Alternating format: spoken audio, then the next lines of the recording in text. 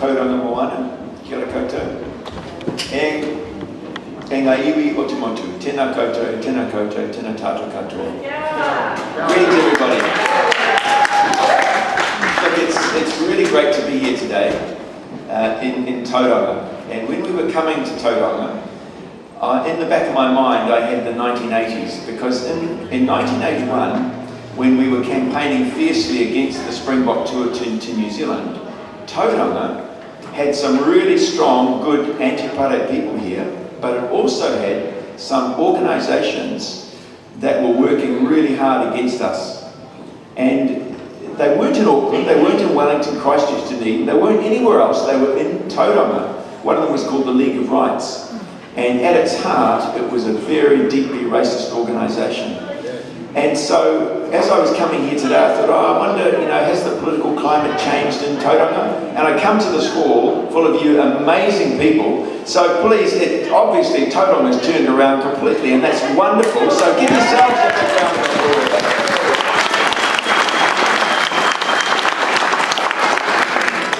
Now, Kim talked about this pairing being an odd couple, and it certainly was for me. And when we were discussing it in Mana, I was way outside my comfort zone. I was saying, what is this about? We're a party, we're looking at the poor and the dispossessed. What on earth are we talking to a multi-millionaire for? It didn't quite add up. And then as we discussed it more and more, a couple of things became clear to me. Firstly, every political party gets corporate donations. Every political party gets corporate donations. The difference with Internet Mana is that everybody knows where our donations come from. And everybody can know that those donations come with no policy strings attached. In other words, we weren't told, well, you'll get this money provided you change this policy here and change that one there and water down that and do that. If that had happened, I wouldn't be here. Annette wouldn't be here. Connie wouldn't be here. Mana wouldn't be anywhere near this. But because this was quite a genuine approach to build a movement that would bring a far better New Zealand based around the really strong Mana policies, big bold policies for change. And that was what convinced me in the end. So it's been a really big learning experience for me the last 3 years, because as I said, I have been outside my comfort zone. So much so that, when I joined Mana, even joining Mana, I never joined a political party ever before, but I did join. And you know how you get that little receipt ripped out of the receipt book and given to me? This was my membership, and I got a bit of sellotape, and I sellotaped on there, and I stuck it on the wall of my office, right up here on the wall. And when people come into my office, I'd say, see that bit of paper? That might be the worst decision I've ever made in my life, or that could be the best opportunity for change in my generation. And I think as I've gone on the roadshow, that's what it's turning out to be.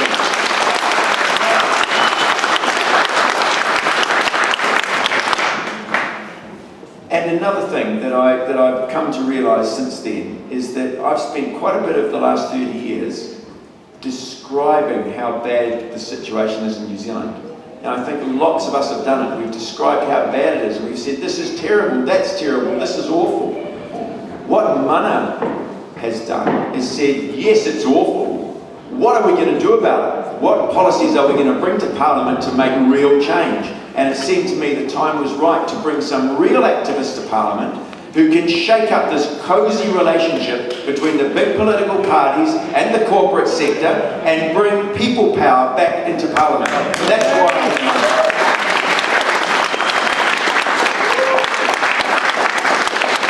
For the young people in the audience, 30 years ago is like a lifetime away. But the New Zealand 30 years ago was very, very different to what it is now. What's happened in the last 30 years is this fancy word called neoliberal, right? Neoliberal, which sort of means new liberal. And it's a name given to these policies where you just say, okay, the government's going to take a step back and we're going to leave everything to the free market. Everybody makes decisions in the free market. It's freedom for everyone. The reality is, it's not freedom for everyone. Freedom always comes, or choices come, with how much income you've got. And so the choices have been going to the rich, and people on low and middle income incomes have had less and less choice in their lives as their lives have been squeezed down. So anyway, this neoliberal reform started, and Labour started in the 1980s. And in that time, there's been a big separation between rich and poor in New Zealand. It's been an enormous gulf. We call it inequality, right? And that stretching out has happened over 30 years to a really dramatic extent. And I'll give you one example of the outcome of that in a moment. But that separation out here, where the big mass of people are over here, and a very tiny number of extremely rich people are over here, and I mean a tiny number, I mean 150 people, about less than half of the crowd that started this meeting. 150 New Zealanders every year get about $7 billion extra in wealth. Okay? $7 billion, enough to fund our tertiary education system completely free. Just 150 people. Whereas over here, we have got 300,000 children living in poverty. We've got 100,000 children who go to school hungry every day. We've got an appalling situation with housing. We've got families living in cars. We've got families living in cockroach-infested caravans. We've got families living 3 or 4 to a house. It's absolutely wrong. And so what does the group over here say? John Key's the leader of this group. What does he say? Oh, we'll chuck a bit of Weet-Bix in. That'll fix the problem. Well, three years ago, when Connie Harawira brought up the Feed the Kids bill in Parliament, right? It was a minority issue. People just honestly didn't want to know. But over those 3 years, Connie and Mana have built a campaign inside Parliament and outside Parliament with organisations. And we have now a situation where, and the New Zealand Herald did a poll earlier this year, 72% of New Zealanders believe we need a comprehensive food in schools program. That is a huge success for one MP. Just think what we can do with 6, 7 or 8 MPs in Parliament.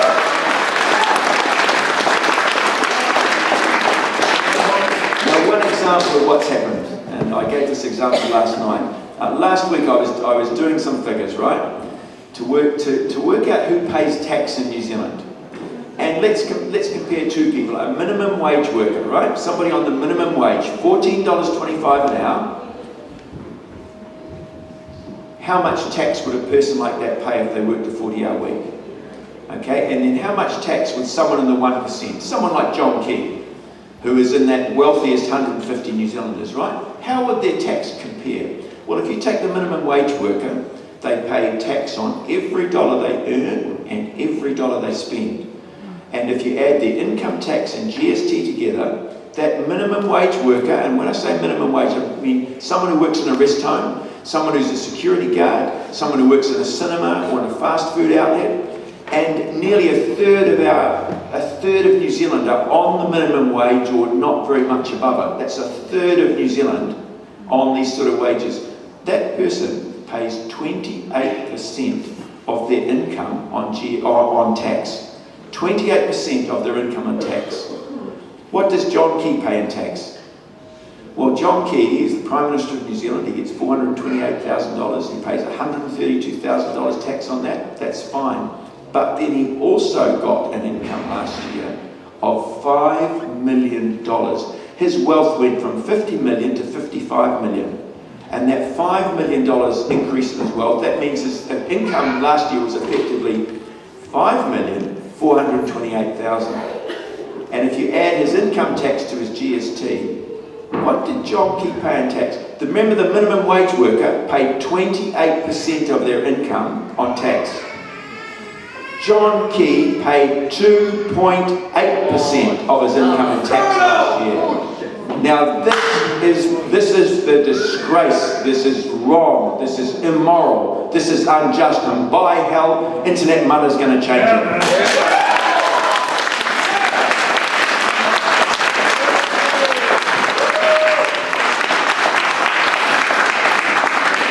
So what's happened over the last 30 years? Things like GST that people don't understand, and I didn't understand it until a few years back. GST is an appalling, awful tax, because if you're on a low income, you pay 14% of your income on GST. 14%. But if you're up at the 1%, you pay less than 5% of your income on GST. We've got to get rid of GST completely because it's a tax on low-income families and it's going to go.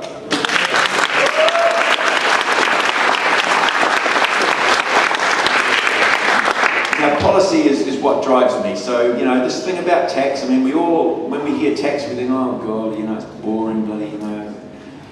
And I mean, I do that too, you know, it's boring, who cares, let's move on to something more exciting. But actually, the tax policy is actually what's driving this whole inequality business, you know. And when John Key came in, what was the first thing he did when he came in? What was the first thing he did? He increased GST to 15%. It was 12.5%. He increased GST to 15%, and he cut the income tax on the wealthiest people, and $1.5 billion of tax cuts. Now, and New Zealand has had to borrow. We've borrowed $70 billion over the last 6 years to keep the country going. John Key borrowed that money, and about $10 billion of that is extra money we've had to borrow to pay for tax cuts for him and his rich mates. That's how bad this country's got. We've got to change that balance, and Internet Mana has policies to do it.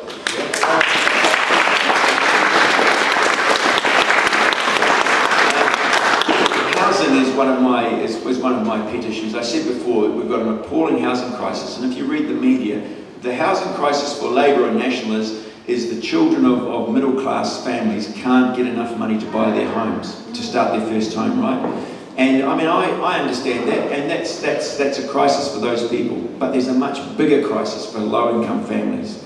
And New Zealand had a similar crisis back in the 1940s when we had a massive shortage of housing, and we had rents incredibly high, we had families really struggling. What did New Zealand do then? What did the Labour government do then?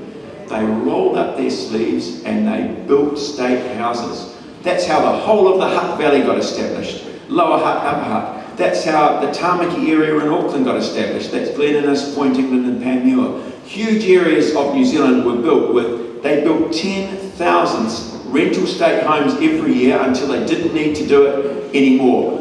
Internet Mana, we're going to do the same thing. We need to build 10,000 state homes every year until we don't need to build anymore. So when the government says, oh, who's going to pay for it? It's just rubbish. We can do that. We can have this policy run with a very small amount of the taxation which the government has taken, which the government has effectively taken from families on low incomes to give to the rich. So we can do these things. We can change the economy around, and those things are really important. As I said before, policy is what drives me, and I'm really confident now that we are going to get a significant number of Internet Mana MPs in the Parliament. I believe that the 3 to 4% that we've got now in the polls is going to transfer into more than 5% over the next 3 weeks, and we need your help to make sure that happens.